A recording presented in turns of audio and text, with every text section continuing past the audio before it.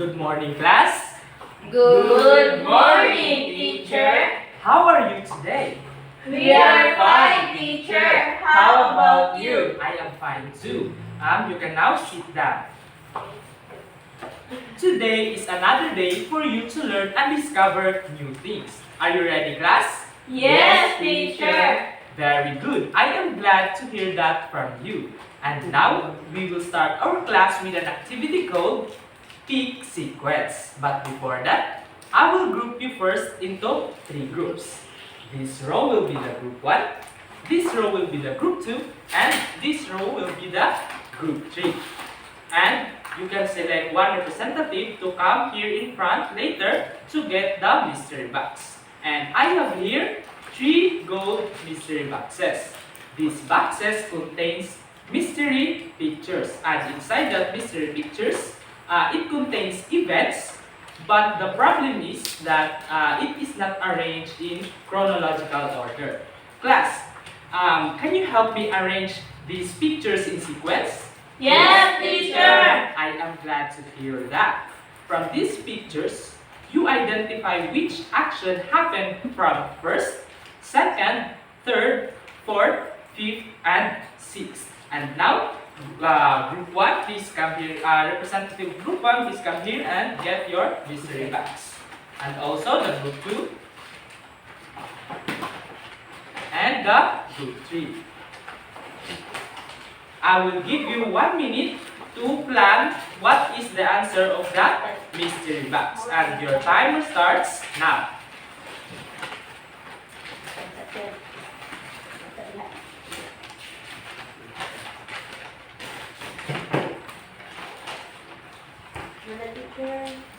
Are you all done, class? Yes, teacher. And now, may I call the representative of group 1 to come here in front and paste your answer in front.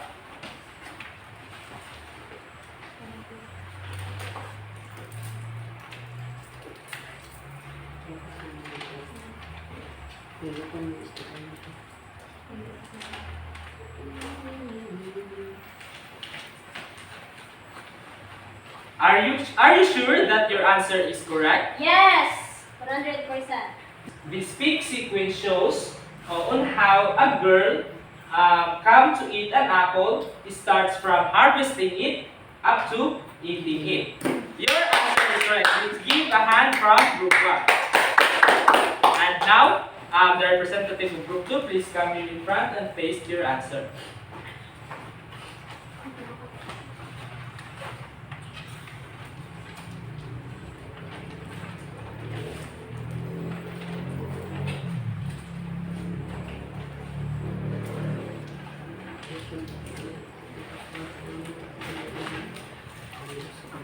Are you sure with your answer, group 2? Yes, teacher. Very good. Your answer is correct. This pick sequence shows the process of preparing a bed. And let's give hands from group 2. And now, the representative of group 3, please come here in front and paste your answer.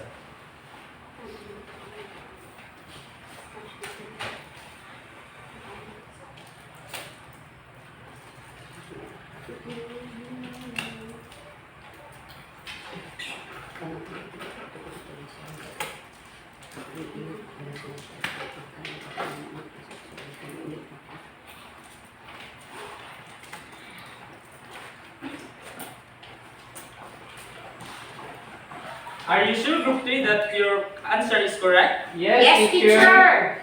Very good. Your answer is correct. And this pick sequence shows the process of a butterfly. And let's give a clap to group 3.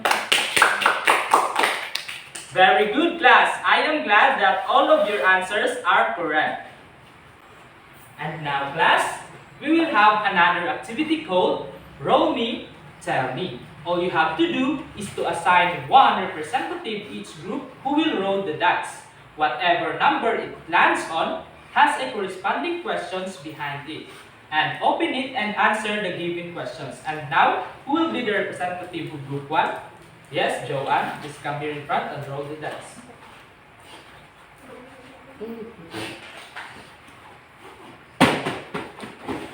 What is the number that the dice? 6, teacher. And now open it and please read the question.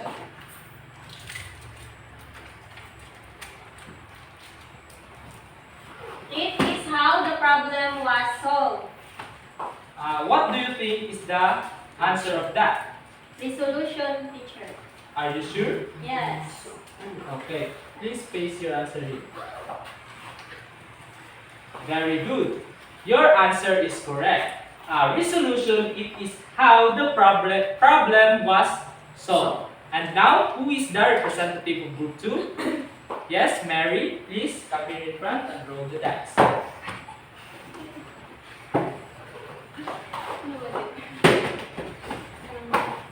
Number 4, teacher. Okay, open it and please answer the question. And paste it here in Blackboard. What is the question? Please read. It is the people or animals in the story. What That do you is- think is the answer of it? Character, teacher. Are you sure? Yes. Please paste it in the board. Very good. Your answer is correct. Characters, it is the people or animals in the story. And now let's proceed to the group 3. Yes, Lemuel, please roll the dice. Number 2, teacher. Please get the question and answer. Please paste it first in the board and read it. It is the events that happened in the story. Blood, teacher. Are you sure? Yes.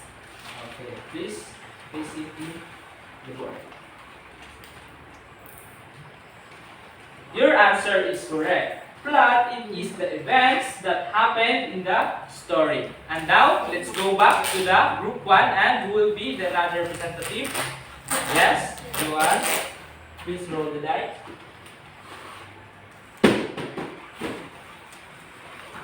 Number 1, teacher.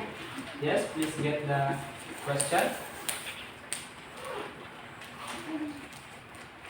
And place it here in board. Please read the question. It is where and when the story takes place. What is the answer of that? Setting, teacher. Are you sure? Yes. Okay, please place it in the board. Your answer is correct. So settings, it is where and when the story takes place. And now let's go back to the group 2. Who will be the next representative? Yes, Mary. Please come here in front and roll the dice.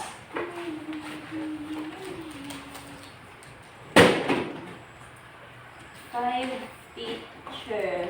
Please get the questions of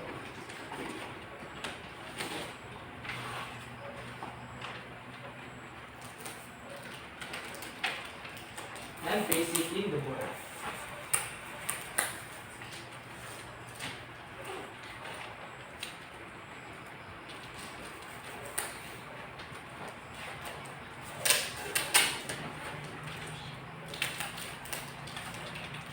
Please read it.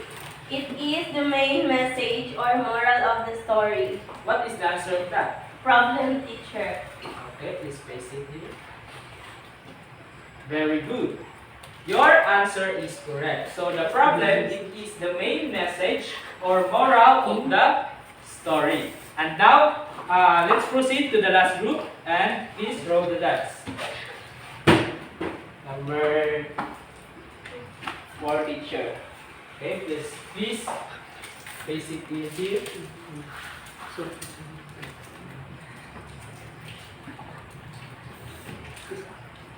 What do you think is the answer of that?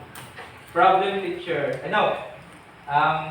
What's the character? Is trying to team, teacher.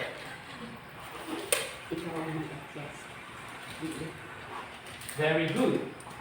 think it is what the character is trying to solve. Very good, class. I am glad that, can you still remember the topic that we discussed yesterday? And again, class, what are the elements of the story? Resolution, characters, plot, setting, problem, and theme. Very good, class. You did a great job, and I am glad to know that you can still remember our lesson last meeting, which is about the elements of the story. And now, class, I have here a word card that contains different words that you will be encountering when we discuss our new topic. Please read the first. Horrible. Again. Horrible. So horrible, it is extremely bad or unpleasant. And the next word is Molded. Molded is to make a soft substance have a particular shape. And the next word, Trickery. and trickery is a practice of deceiving. And the last word is Miseries. So miseries is a state of great unhappiness and an emotional distress. And now, class, I have here a big book. Now take a look at this picture. What can you see? Yes, Mary? A girl teacher. Yes, you have a point. Another idea. Yes, Joanne? I think the story is about the beautiful girl teacher. Yes, very good. There is a beautiful girl who is holding a box. Can you read the title of the story? Do not open the story of Pandora's box.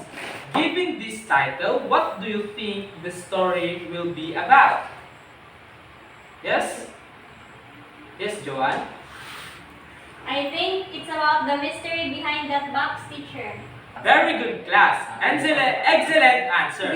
Today we are going to read the story entitled Pandora's Box. And also, we're going to tackle the sequence of how the events takes place.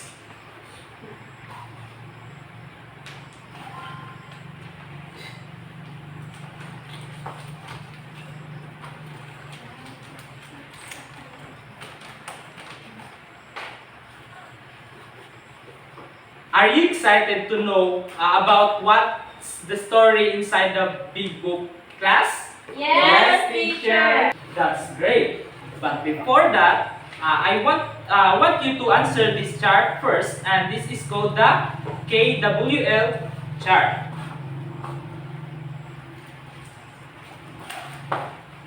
By this, I can be able to know about your ideas and prior knowledge, and all you have to do is to write what you already know, what you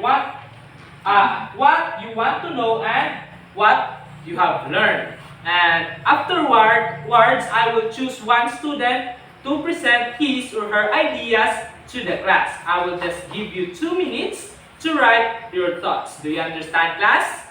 Yes, teacher. Very good. And your 2 minutes starts now. Your time is up, and I want Joanne to share her idea in the front. Please come in front. I only know what is the thing called mystery box, but inside we don't know what is inside of it. Excellent answer. Very good, Joanne. Since you have finished writing in your KWL chart, I will now introduce my friend. His name is Zeus, and he has a gift for you. Do you want to know what is inside the gift, class? Yes, teacher. Okay. Who wants to open this gift? Yes, Mary?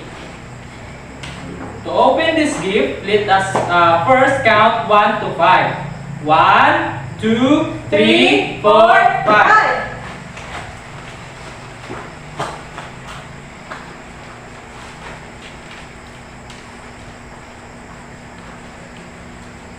So,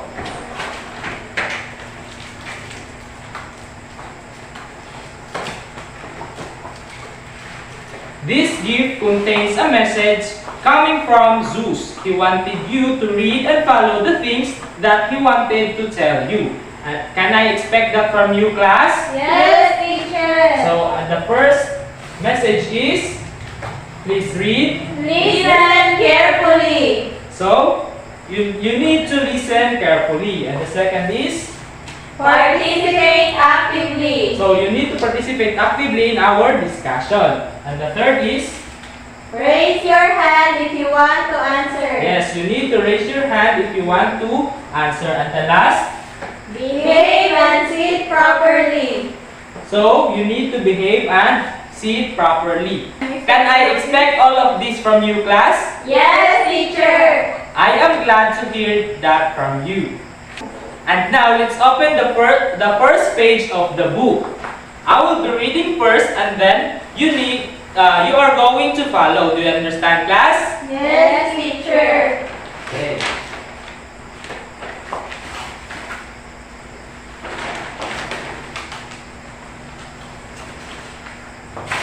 Zeus rewarded Prometheus and Epimetheus for their loyalty and gave them the job of creating the first creatures to live on earth. Epimetheus formed the animals and gave each a special skill and form of protection. So please read, class. Zeus rewarded Prometheus and Epimetheus for their loyalty and gave them the job of creating the first creatures to live on earth. Epimetheus formed the animals and gave each a special skill and form of protection. What are the names of the two brothers? Sure. Yes, Johan. Prometheus and Epimetheus, teacher. Very good. What did Epimetheus form? Yes, Jeribeth. Animals, teacher. Yes, Epimetheus formed animals. And what do you think is the next scenario? Yes, Mary? Prometheus will form a human, teacher. Okay. Let's discover if your answer is correct. Prometheus molded a man and was left with no forms of protection. So Prometheus knew man needed some form of protection and asked Zeus if he could let man have fire. So please read, class. Prometheus molded a man and was left with no forms of protection. Prometheus knew man needed some form of protection and asked Zeus if he could let man have fire. So what do you think will happen to Prometheus after disobeying Zeus? Yes, Jeribeth? Zeus will punish his teacher because he did not disobey him. Very good prediction. Another idea from the class? Yes, Mary? I think Prometheus will ask for forgiveness and Zeus will forgive him, teacher. Very good. And now let's proceed to the third page. Prometheus ignored Zeus and gave a man fire anyway. For this, Prometheus was punished. Zeus tied him with chains to a rock far away in the mountains until Heracles found Prometheus and let him go. And now let's proceed to the fourth. Zeus created a woman named Pandora. She was molded to look like the beautiful goddess Aphrodite, and she received the gifts of wisdom, beauty, kindness, peace, generosity, and help from the goddess. Zeus brought her to earth to be Epimetheus' wife. Even though Epimetheus' brother Prometheus had warned him of Zeus' trickery and told him not to accept gifts from the gods, Epimetheus was too taken with her beauty and wanted to marry her anyway. As a wedding present, Zeus gave Pandora a box but warned her never to open it. Pandora, who was created to be curious, couldn't stay away from the box, and the urge to open the box overcame her. Why do you think Zeus created Pandora? Yes, Mary? I think she will use her to take his revenge, teacher. Very good. Do you think Pandora will not be tempted to open the box? Yes, Jeribeth. I think she will, teacher. Okay, excellent answer. And now let's go back to the story and see whether your predictions came true or not. Let's go back to the part where I ask you, what do you think will happen to Prometheus after disobeying Zeus?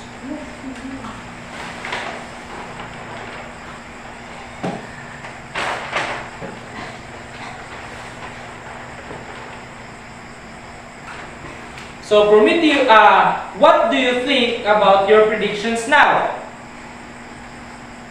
Yes, Jeribeth? I think our prediction is right, teacher. Okay, very good. Some of your predictions are right and some are not. What did you find the text that prove your prediction? Yes, Mary? When Zeus tied him with a chain into rocks where nobody would find him. Very good, that's correct. What did you see in the text that made you change your prediction? Yes, Jeribeth? When he gave fire to humans, even if Zeus asked him not to do it. Excellent answer. And now let's go back to another scenario wherein which I ask you if you think Pandora will not be tempted to open the box.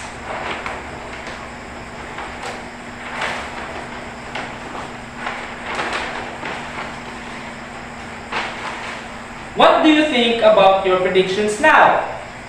Yes, Joanne? Our prediction is correct, teacher. Pandora was tempted to open the box because of her curiosity. Very good.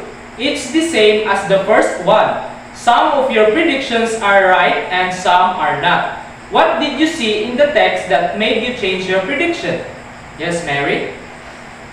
When Pandora couldn't stay away from the box because she is trying to figure out if she will open it or not. Very good.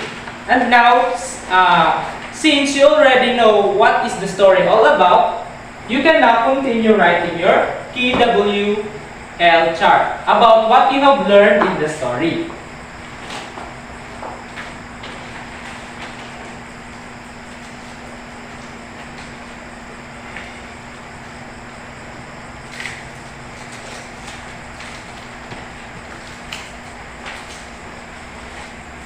I will give you 2 minutes to do it. Afterwards, I will call someone to give her work in front. Did you understand, class? Yes, teacher. Okay. Time's up. I want to hear what Joanne learned from the story. Yes, Joanne? So I learned from the story is that there is hope on everything.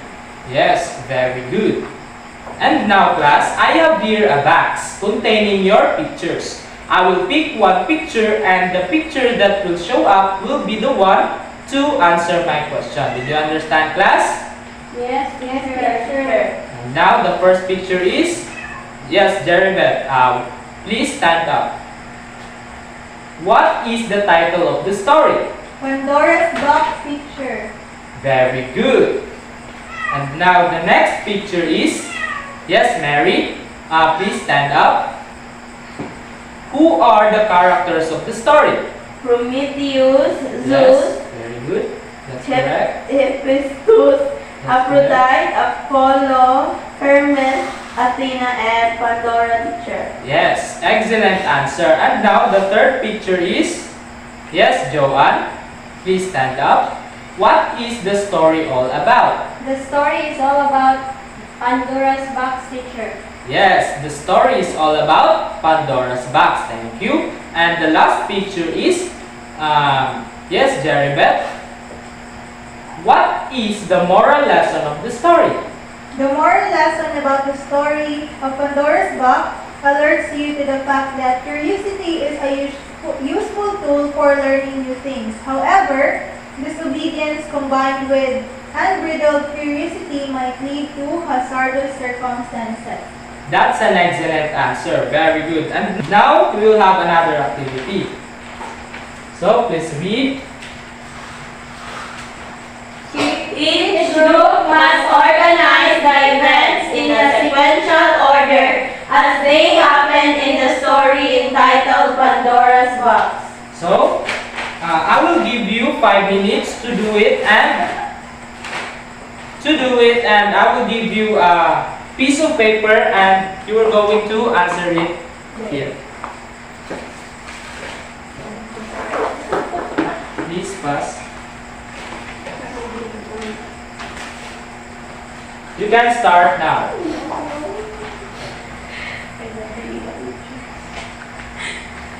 Are you already done, class? Yes, teacher. Please pass your papers in front. And now, let's have another activity.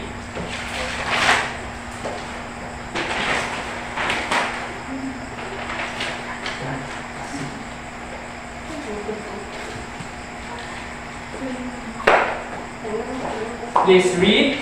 Read the short story first, then identify the correct sequence of the events of the story. Number the picture in order from 1 to 6.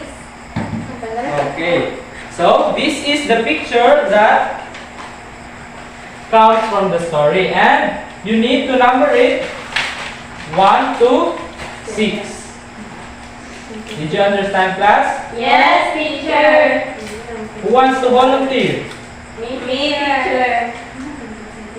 Okay, Mary. Please come here in front and number it. What is the first scenario? Do you think Mary is right? Yes, teacher. Yes, very good. And now, what could be the second picture? Yes, Joanne?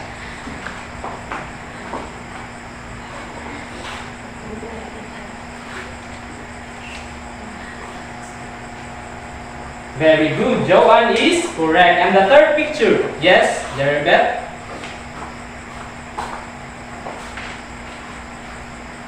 Do you think Jeribeth is correct? Yes, teacher. And now, the fourth picture. Yes, Mary?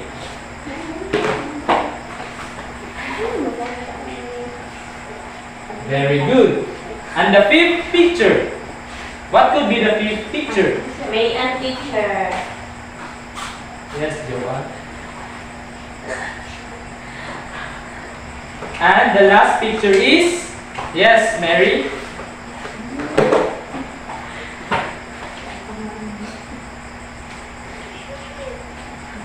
All of your answers are correct. This is the first, second, third, fourth, fifth, and sixth order of the pictures. And now, let's have your assignment.